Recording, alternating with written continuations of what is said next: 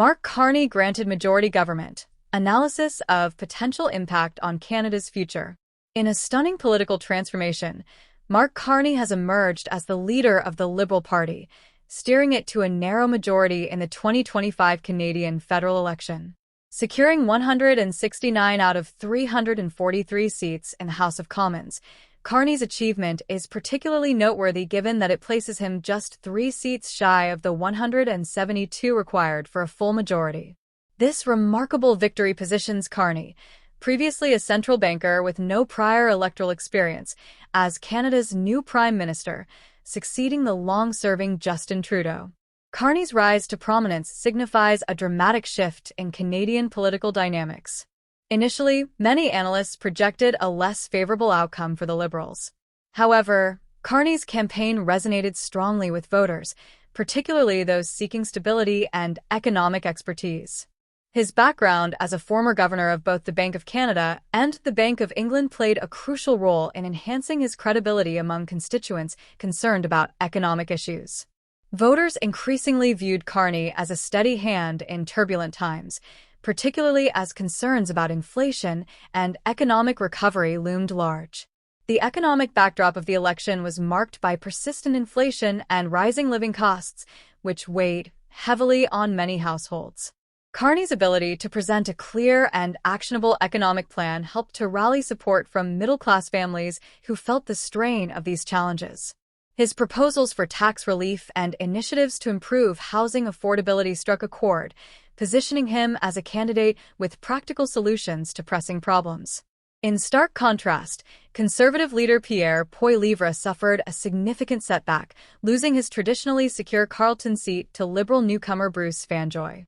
Fanjoy's grassroots campaign strategy and consistent engagement with the community highlighted a more relatable and accessible approach to politics. This strategy proved effective, as he managed to secure victory by approximately 4,300 votes, underscoring Poilievre's failure to connect with voters in his own riding. Fanjoy's success illustrates a shift in voter preferences, reflecting a desire for candidates who engage meaningfully with their constituents rather than relying solely on established political reputations.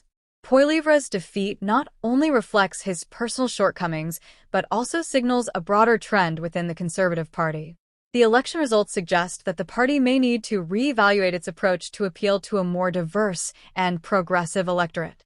The loss of a long-held seat indicates a potential crisis of identity within the party as it grapples with modern political realities and the expectations of a younger, more engaged voter base. Although the Liberals achieved a significant milestone, the reality of falling short of an outright majority necessitates a coalition with the new Democratic Party, NDP. Rachel Notley, the influential former Premier of Alberta and a key figure within the NDP, is strategically positioned to facilitate this alliance. Her support is likely to be instrumental in advancing collaborative policy initiatives, particularly in critical areas such as healthcare, social services, and climate change. The potential for a Liberal-NDP coalition raises important questions about the future of Canadian governance. With Notley at the helm of NDP negotiations, there is an opportunity to push for more progressive social policies that address the needs of marginalized communities.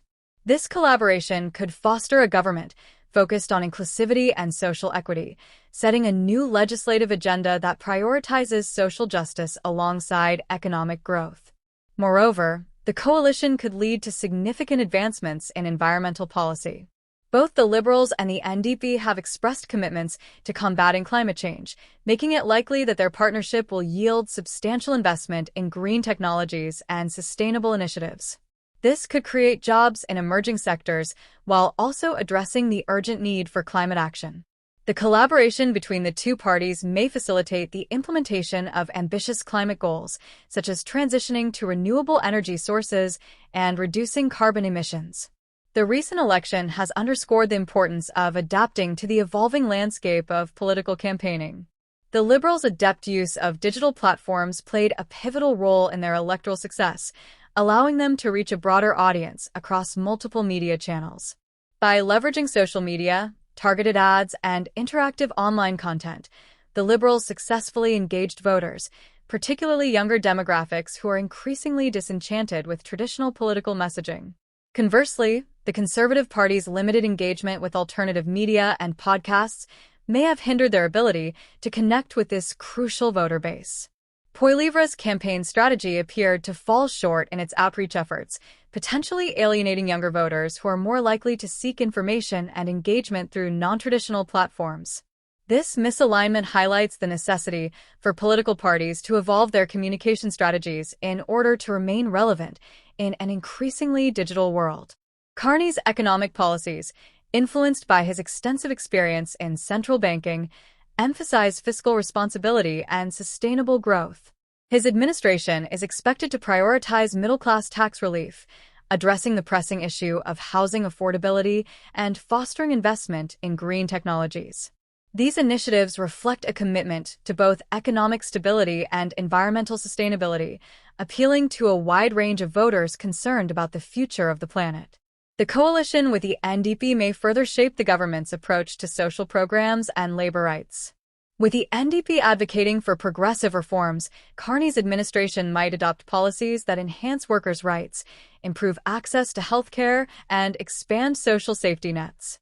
This collaborative approach could lead to a more balanced economic framework that addresses both fiscal prudence and social responsibility.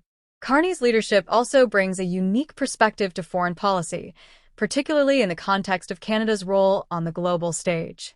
His experience in international finance equips him with insights into global economic trends and the importance of fostering international partnerships. As Canada navigates complex geopolitical landscapes, Carney's administration may emphasize diplomacy and cooperation, particularly on issues like trade, climate change, and security. Mark Carney's leadership marks the dawn of a new era in Canadian politics, characterized by a blend of economic pragmatism and progressive social policies. The collaboration between the Liberals and the NDP, with influential figures like Rachel Notley at the forefront, suggests a government poised to prioritize inclusivity and responsive governance. As Canada transitions through this significant political shift, the success of the Liberal-NDP coalition will be crucial in determining the nation's future trajectory. The effectiveness of this coalition will be tested as they navigate complex challenges, including economic recovery post-pandemic, climate change initiatives, and social justice reforms.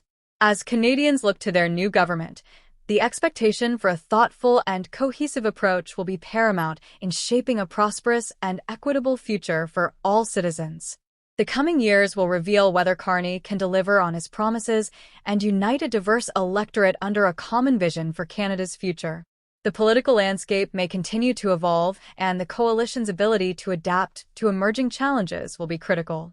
As they set their agenda, the new government's focus on both economic resilience and social equity will likely define its legacy and impact on the Canadian populace for years to come.